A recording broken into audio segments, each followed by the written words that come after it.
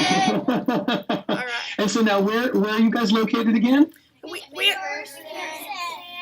So we're in McPherson, Kansas. We're Eisenhower Elementary School. These Wonderful. are our 4th and 5th graders here, Okay. right in central Kansas. And so, Wonderful. And can you tell us where you are at? And I'm basically in Sacramento, California. So does anybody know why Sacramento is important to California? Do we know? Clayton. Because it's the capital. Very good to the boy in the back. Congratulations! It looks like you're the only one who got that one. So yeah, I'm here in Sacramento, California. I'm actually in Elk Grove, but it's about 15 minutes south of Sacramento. Okay, awesome. So have you always lived in California? I have. I was born in Stockton, which is about an hour south of here. So I've always been born and raised in California. Went to college here in Sacramento and lived here all my life. I think I've been to Kansas once, but I think I was in Kansas City and on the Kansas side. No, I was in St. Louis is in Missouri, but I was in Kansas City. All right, there we go. Before we go any further, I need to ask, because I was stopping. Do you mind if I record this session with you? Oh, of course not. Feel free. Awesome. Thank you. All right. So I think we can start. We kind of got kick-started with your life. Maybe just tell us your story Sure. and how things evolved and going from remembering elementary and you have a world in front of you to a career of something maybe you dreamed of and maybe it just happened. Yeah, so guys, my name is Alex Ware, but most people know me as the Pumpkin Geek. I am actually a professional, yeah, everybody's laughing at that name. I'm actually a professional carving artist, and I actually do this full time now, believe it or not. I carve pumpkins year round, and I travel to around 22 different Comic-Cons across the country now. I don't know, has anyone there ever been to a Comic-Con? Do you guys know what that is? There is actually one have you been to the one you haven't, but there's one in Hutchinson, Kansas each year. I have not been to that one. So that is only 20 minutes. Basically, a Comic-Con is a big mall for geeks, people who are into superheroes and comic books and stuff like that. So they happen at convention centers, and there's a lot of artists and people selling T-shirts and a lot of people who dress up, cosplayers and things. So I travel around, and I have my display of pumpkins. Now, it's kind of hard to see because my phone's kind of small here, but this is like one of the pumpkins. Maybe you can see it a little bit. So this is the Spider-Man pumpkin that I did. Awesome. So now the thing about this is these pumpkins are fake. So they've got a light in the back of them, but I carve them with a drill. So I started out, and of course, and here's another one. Here's if anybody's a big Star Wars fan. This is BB-9E. I see everyone raising their hand for Star Wars. So I started out like everybody else, carving real pumpkins. I just started trying to get a little bit better and better at it. And then one year, my wife's company was having an open house for her company, and she asked me to carve the logo. And it was really not that difficult. But I decided to try and do it on one of these fake pumpkins. And I get these at Michael's. I'm not sure if you guys have a Michael's craft store in your area, but they're like Hobby Lobby and Joann's Fabrics and things like that. So they're craft stores. So they have a lot of things for arts and crafts, things that you guys probably use in your classroom. And so I carved one on a fake pumpkin, and people liked it so much, I got about 30 orders that night. I wasn't really planning on doing this full time, but then I started getting a little bit better at it and practicing. And over time, I started getting a lot of interest by movie companies and film studios and people like Netflix and E! Entertainment. They started contacting me. So about a year and a half ago, I actually quit my day job, and I started doing this full time. So that's pretty much my story in a nutshell. What was your day job before this? I was pretty much in the mortgage and property management industry. So I was in banking. So I had kind of a normal, real job with wearing a shirt and tie and going to work every day at an office. And now, do you do this from home? Do you have a studio? I do. I carve out in the backyard in my house, so I'm home during the week. I'm actually, today and tomorrow are the last 2 days that I have to carve to get all my final Halloween orders out. So I carve out in the backyard, and then I just ship out the pumpkins to wherever people order them from. And I've gotten orders all across the country because I travel across the country, and I've actually shipped to, I think, 7 countries now, all the way to Australia and the UK and Germany. Oh, very cool. Just had a question. Yes, Jackson, what's your question? What's your favorite pumpkin that you ever carved? The favorite pumpkin you've ever carved? Wow, that's really tough because I think this year alone I carved over 500, and in the past 7 or 8 years I've probably carved about 4,000. So it's what I like to do is when I go to these conventions, I mean I'm a big geek. I love superheroes. I love comic books, but there's a lot of stuff that I don't know about, and so when somebody says, "Hey, I want you to carve Doctor Who," I had never heard of who Doctor Who was, and so when I found out and I did research, sometimes it's fun for me to do something that I've never heard of and kind of get into a new kind of fandom. Doctor Who is cool, of course. So Doctor Who's been around for a long time. A long time. So, question, Sydney? How long have you been doing this? Well, I started probably about 9 years ago, and again, that was when it kind of happened by accident, and then I've been doing it now full-time where this is my main job for about 1.5 years now. About how long does it take to carve one pumpkin? I know it depends on what the detail is. Yeah, it depends on how detailed it is, and it depends if it's a small or a large, but I always tell people it takes between 4 and 6 hours for each one. So again, something that's really detailed, if you look at any of this stuff, if any of you kids are on Instagram and you want to look at my stuff, it's the Pumpkin Geek is my Instagram. You'll see everything from Star Wars to superheroes to horror to Disney characters, pretty much anything. But I always tell people about 4 to 6 hours. Can you explain a little bit the process of how you do it? How do you come up with your design? How do you put the design on? How the process of carving one? Yeah, well, first of all, like I said, the pumpkins are fake, so they last forever, and I don't use carving tools. Like if you kids are going to be carving this year for Halloween in the next couple days, or next week, I guess, you use carving tools. I actually use a drill. So it's a handheld drill. It's called a Dremel. And I basically get orders from people. So if they want a Spider-Man, then I'll find an image online of Spider-Man that I like, and then I will basically use that and draw it onto the pumpkin, and then I'll actually use the drill and just start drilling. Very cool. As I was reading up some of your website a little bit, so you talked about layers, or like 4, like I think you're 4 and now you're trying 5, or can you explain that a little bit? Yeah, it's hard to see with these pumpkins. Let's see if I can pull it a little closer. Oh, the light keeps coming out. So if you can kind of see a little bit, I'll try and hold it there. So I actually have cut all the way, I don't know if I can get quite the angle, but I've cut all the way in. So that's one layer, like everybody cuts out your jack-o'-lantern eye. So I cut one layer out, and then I do 3 layers of shading that are not cut all the way through. So one, I go very, very deep, but not all the way through. The next one is closer, and the next one is a really thin layer. And then the one that I don't touch, like if I'm doing a person's face and they have dark hair or dark eyes or eyebrows, then that's the 5th layer. So that's kind of how that works. So it's 5 different textures of depth to make it look what's called photorealistic. Okay. As you pick your photos, and we talk about copyright and things like that here, do you have to be careful with that, or like on what you carve, or? No, not really, because most people, it's art.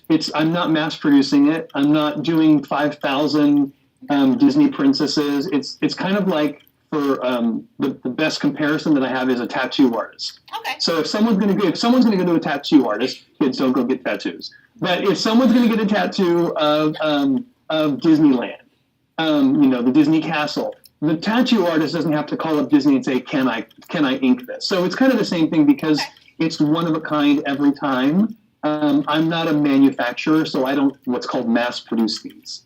Okay. That's good to know. Those are questions we have of when can you, when you can't. So that's a great example of how you can use things legally, but why. So very good. Thank you. Yeah. Yes. Have you ever carved a ghost? A ghost. You know what? I did the Hatbox Ghost from Disneyland recently. So yes, I have. That's actually a great question because the things that are the hardest are things that are white. Because white, if it's an all-white thing, for an example, someone requested 101 Dalmatians. Well, it's all white and all black. And so if you know how my process works, anything that's really, really white, I cut all the way through. Well, you can't do that if something like a ghost is all white. So I've had to learn how to cut out a part of it and then kind of make it layered and get it a little bit closer to not cutting the whole thing out and shade it in different layers to make it look like there's shadows and things like that. Oh, that would be true. Good. Samaya? How much does it cost? Oh, that's a good question. About how much on average or around for a pumpkin? Yeah, they're usually between $150 to $200, so they're not cheap, that's for sure. If you guys ever start your own business or if you ever become artists and all that, you have to realize that it's your time that people are paying for. So, this takes 4 to 6 hours. I also have to ship them. So, yeah, they're between $150 to $200 for most of them. Becca? Whenever you said it was a mistake on your first, whenever you started carving, why was it a mistake? Like how you? I heard part of it. Something about if I make a mistake. How was it a mistake? Was it you mean? And when he said how he got started was just kind of by mistake. What he meant by that was it just kind of happened. It was more by an accident. Yeah, I wasn't planning on carving pumpkins professionally. It's people just liked what I did, and when they saw that they were fake pumpkins and they last forever, then people wanted to start buying them. So it was just really an accident and kind of a coincidence that my wife had asked me to carve for her. Here's Theodore. What was your question, Theodore? I've never carved like a real pumpkin like that. Oh, so he did start out when he was first starting. When you were first starting, you were using real pumpkins. Yeah, when I first started, I carved regular pumpkins probably like all of you guys. And I just really, the only reason I started getting more creative and more intricate and doing things like Jurassic Park and Spider-Man and Darth Vader and all that stuff is I just wanted to have the cool display at Halloween in the neighborhood. And that was really the only reason why I started getting a little bit more creative. So you did all these kind of things, but you've gotten better, obviously, in details, but from the start with the real pumpkins too. Yes, I used to do I remember the first really intricate carve I did was like a Jurassic Park, the logo of the dinosaur. And then when Lord of the Rings came out, which I know is probably too long ago for most of you guys, I did one of the characters for my wife. And again, I just started trying to get better and better. And then once I started trying the fake pumpkins, then that's when it was able to be something that I could sell because most people aren't going to buy a real pumpkin and have it rot in about a day. Right. Okay, so think about your questions from there. Ben? How does where you carve, how does that glow up, but the rest of the pumpkin doesn't? The glow, because he's got a light in there. I've got a light in the back of it. So I cut a hole in the back, and so there's a light right there, so it plugs right in. So that's what lights it up. How does that, like the part that he carves, glows? Because some of it, when he was talking about his layers, it allows light to come through, but not all the light. So it creates a different shadows. I'm sorry, I answered for you. I should let you. Yeah, no, that's perfect. In fact, I'll try and hold this one up a little bit closer and then maybe have it be in the forefront. So if you guys can see that is, if you can look at it really closely, you can see the part that is the brightest is the part that I've either cut all the way through or almost all the way through. And as it gets darker, it's closer to the surface of the pumpkin, which is the darkest part. So if you look at like right above his eye where it's really dark, that means I didn't carve anything there. So it's just a technique to make it lighter and darker. So layers of it. That's really much. Right. Have you ever carved like a name in a pumpkin? Oh, so like names, and you were mentioning logos, or names. Yeah, I do a lot of business logos, so companies. I actually just did one for a school somewhere, I think in Arkansas. I do anything that really people are interested in, whether it's people or celebrities or superhero characters or names. What's funny is people always ask me, what's the hardest thing I've carved? Sometimes the simplest logos, like names and writing, like the name of a dentist in their dentist office, sometimes those are harder than the characters because I have to try and get the letters straight, and the pumpkin is round, and the pumpkin is also kind of curved. It's not a flat surface, as you know. It's not like writing your name on paper. If you think about writing your name and carving it into a pumpkin, it's kind of awkward because the pumpkin comes forward and then goes back, so it's a globe, or a circular pattern. that you have to carve on. So sometimes getting the letters straight is actually a lot harder than just carving like Jack Sparrow or Harry Potter. So that could be hard. That makes sense from there too. Wouldn't it be cool to have an Eisenhower Elementary Jaguar one day? Yeah. Wouldn't that be cool? All right. When does he get most of his orders?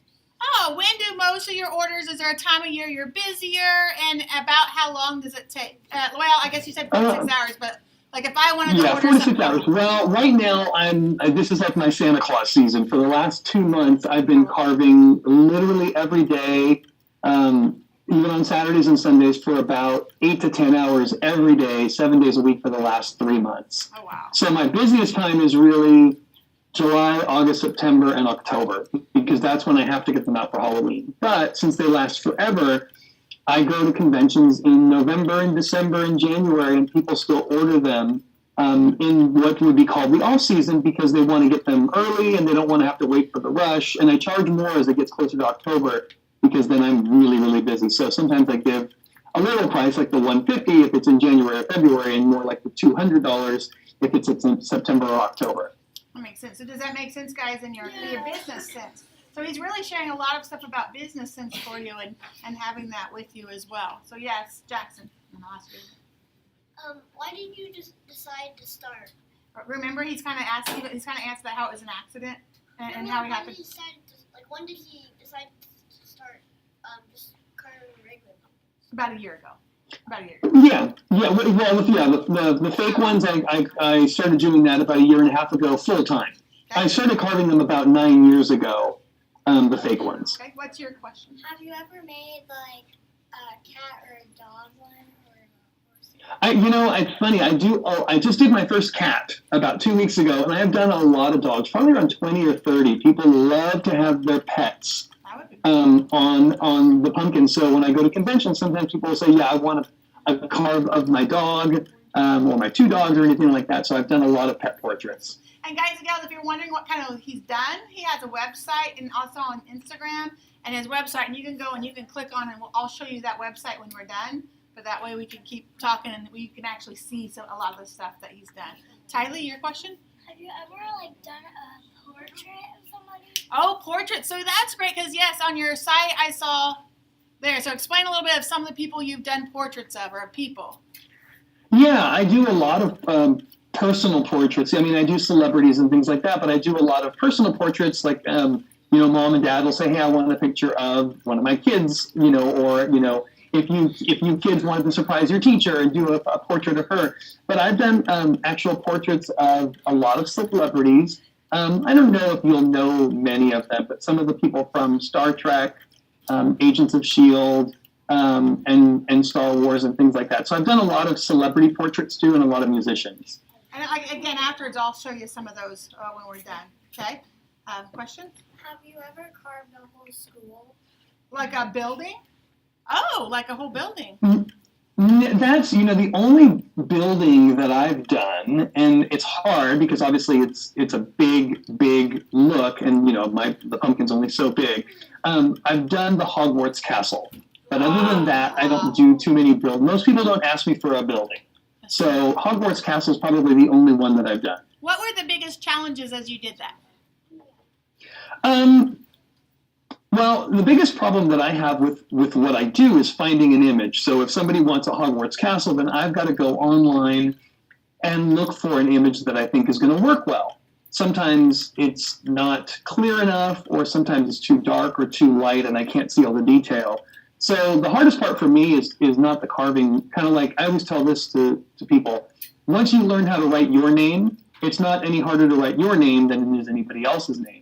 But for me, so carving is the same from one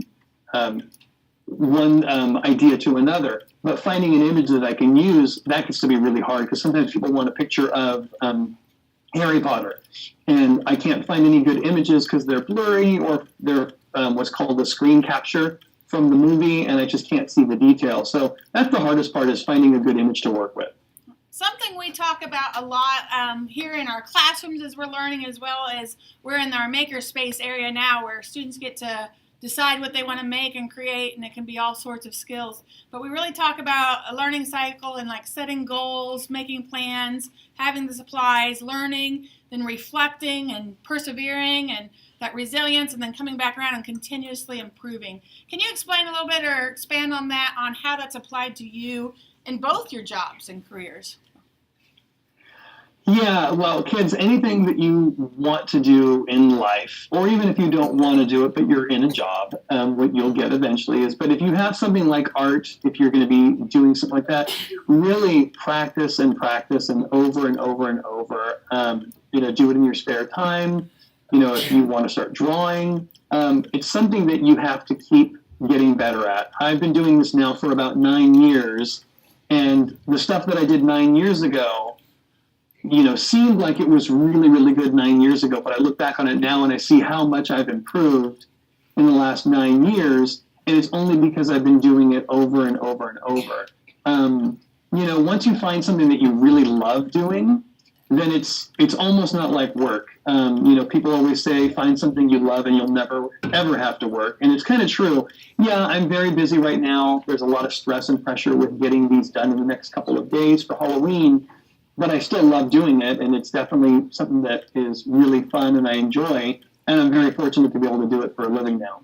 So expand on that. Something else we really talk about and we're really learning at this age level is two things are, one, when you get frustrated or that stressed and stressed out, how do you handle that? Or do you have strategies that help you? Because obviously you just said that you have those too. You get frustrated, it gets hard, it's stressful. Yeah. How do you deal with that? Well, of course, anything that you're going to do, and especially if it's something that you want to do personally and get better at, like let's just say for the sake of argument, anything artistic. Sometimes there are times where I don't want to carve a certain pumpkin. I'm not ready to. I don't feel prepared to, and you have to kind of put it aside, and you do have to figure out ways to get over the frustration of I don't want to do this. It's going to be, go for a walk, take a break. I mean, you don't always have to try and do it when you're not in the right frame of mind, especially when it comes to art, because if you're trying to do something artistic and you're frustrated, if you go into it frustrated, chances are it's not going to come out that great, and then you're going to have put in all that time and energy, and you're going to know it's not what I wanted. So sometimes it is okay to take a break, 5 or 10 minutes, or, if you can, do it tomorrow when you got a good night's sleep, or when you don't have anything else to do that day. So you have to just kind of figure out what your best time of the day is. Some people like to do their work in the morning or in the afternoon or at night. So figure out when you do your best work, when you're the most creative, and how to manage that time to make sure you get everything done in time.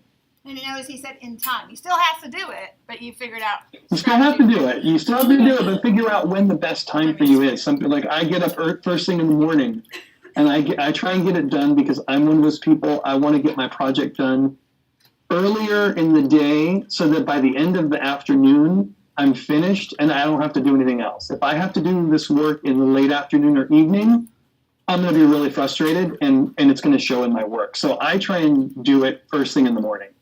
Awesome. Very good. Teachers, do you have any questions that I haven't asked? Thank you so much for taking your time to spend with us. Here you go. Oh, not a problem. Anything last moment, hurrah, that you want to leave us with? Not a problem. I hope you kids all have a great Halloween. Be safe when you do carve. And if your teacher, I know her as Kimberly, but it's probably Miss Heron, is it? Yes. If she wants to send me some pictures of some of the pumpkins that you guys do, if you guys send her pictures, I don't know if you'll be carving there at the school on Wednesday. I would love to see what you guys come up with as well. We will. Actually, today, they just got finished this morning. They've spent the last 3 days carving and decorating their pumpkins to tell their stories, and they all told their stories this morning with their pumpkins and retold their stories. So I do have lots of pictures of that, and so I will send those to you. So you can. And I will tell you kids, if you guys want to keep your pumpkins so they don't die as quickly. Oh yeah, give us any tips. Yeah, because I used to carve on real pumpkins. Keep in mind, pumpkins are organic. They're fruits, right? Fruits, vegetables, fruits. Put them in water. So I've had a bathtub full of 5 pumpkins. So when you're not having it on display, go put it in water, because what happens when it dies? It dries out. So if you keep it in water, it keeps it moist. Okay, so cold. Does it cold water? Hot? Does it? Just, in a bathtub filled with water, literally. So, the water will eventually get cold, but as long as it's water, just keep it in there, and that will keep it from falling apart so quickly. Awesome. That's good to know because we have a whole week before Exactly. Halloween. So they could put that out, set it out in the evening, and then before they go to bed, put it back in a tub of water. Put it back in the bathtub. And then keep it back and forth or a tub or something. Dude, take your showers first. So. Yeah, exactly. So, okay, awesome. And then I know you're on the way to a convention tomorrow. Tomorrow. Yes, tomorrow. Atlanta, is that correct? I'm going to Atlanta to the Walking Dead convention. Oh, that's Oh, you guys know what that is, obviously. So, yeah, they do know that. So, all right. Well, we so appreciate your time. I know you told us 30 minutes, so I'm going to honor that in your time because we really appreciate that you did take this time with us. And we look forward to, I'm going to take the kids to your website, and we look forward to seeing your different products as you come. But really, thank you so much for your time. Thank you guys very much. You guys have a great Halloween and be safe.